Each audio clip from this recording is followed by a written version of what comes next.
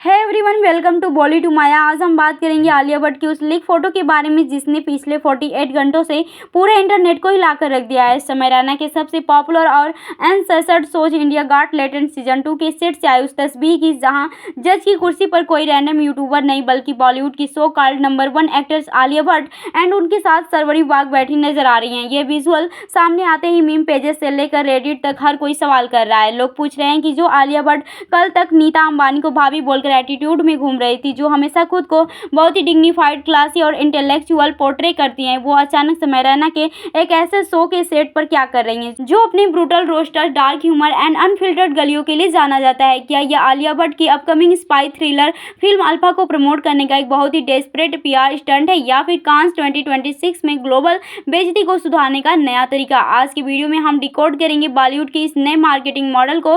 तो वीडियो काफी in depth होने वाला है, तो एंड तक बने रहिए।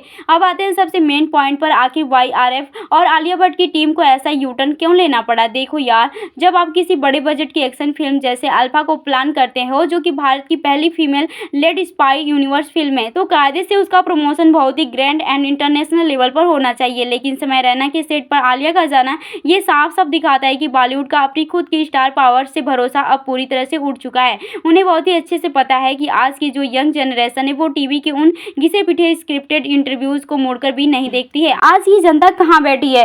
वो बैठी है समय रैना की यूट्यूब चैनल पर। यहाँ एक बहुत ही दिलचस्प पीआर स्ट्रेटेजी काम कर रही है। फिल्म मेकर्स को आज सबसे बड़ा डर इस बात का होता है कि अगर फिल्म रिलीज होने के पहले दिन ही इंटरनेट की जनता ने उस पर मीम्स बनाकर उसे रिजेक्ट कर दिया तो करोड़ों का बजट पानी में मिल जाएगा। इसीलिए वो अब उस मीम्स कम्युनिटी के गॉडफादर यानी समय रैना के सामने पहले ही सरेंडर कर रहे हैं, ताकि उनकी कोर ऑडियंस का सपोर्ट मिल सके। इसे पीआर भाषा में ऑडियंस टैपिंग कहते हैं। लेकिन अगर हम इसे ऑनेस्टली देखें तो ये शुद्ध रूप से बॉलीवुड की मजबूरी है। जो स्टार्स कभी यूट्यूबर्स को अपने से छोटा समझते थे, आज वो अपनी करोड़ों की फिल्मों की किस्मत चमकाने के लिए उन यूट्यूबर्स के थंबनेल का हिस्सा बनने के लिए लाइन में खड़े हैं। लेकिन क्या आपने सोचा है कि इस कोलैबोरेशन से समय रैना के शो का क्या होगा? जैसे ये फोटो लीक हुई, इंटरनेट के कोर फैंस के बीच एक अलग ही नाराजगी देखने को मिल रही है। फैंस का कहना है कि इंडियाज गॉट टैलेंट का असली चार्म उसका रॉ और अनफिल्टर्ड होना है, जहां कोई भी कंटेस्टेंट आकर बिना किसी हिचकिचाहट के जजेस को भी रोस्ट कर देता है।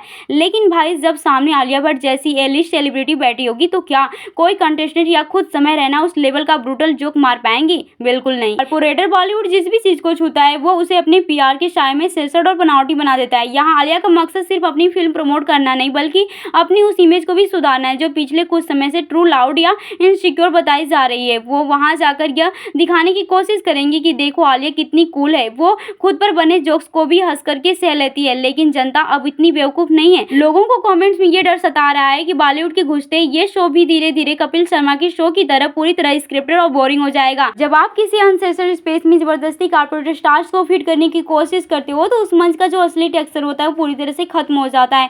एंड भारतीय समाज और हमारे सिनेमा एंगल से देखा जाए तो पहले के दौर में एक सुपरस्टार्स को देखने के लिए थिएटर्स भागते थे लोग, क्योंकि उनके चारों तरफ एक खासियत एंड रहस्य होता था। बट आज आलिया भट्ट हर दूसरे रील, हर दूसरे पॉडकास्ट एंड अब रोस्टिंग शो में इजिली अवेलेबल है। जब आपका सुपरस्टार इतना ज्यादा एक्सेसिबल हो जाता है तो उसका वो सिनेमाई ऑरा धीरे धीरे कम होने लगता है। वहीं बात जो हमने रणबीर कपूर के रामायण लुक में भी नोटिस की थी कि अत्यधिक परफेक्शन के चक्कर में लाइटिंग तो सही हो जाती बट वो सीन ऑर्गेनिक नहीं लगता है। वही चीज आलिया के इस डेस्परेट मूव में दिख रही है। सरवरी बाग को इस पैनल के साथ रखना भी एक बहुत ही सोची समझी पीआर चाल है, ताकि जनता सिर्फ ये कह करके नेपोटिज्म का रोना न रोए, लो फिर स्टार किड आ गई। लेकिन असली पावर डायनेमिक्स तो वही रहेगा समय रैना जो खुद को इंटरनेट का अनसेंसर्ड किंग कहते हैं। क्या वो आलिया के सामने अपनी वो तीखी भाषा इस्तेमाल कर पाएंगे, या बॉलीवुड का ये पुराना एप्रोसिएशन मॉडल है, जब तुम किसी नए उभरते हुए ट्रेड को हरा नहीं सकते तो उसके मालिक के साथ हाथ मिला लो ताकि तुम्हारी रिवेलेशन बनी रहे।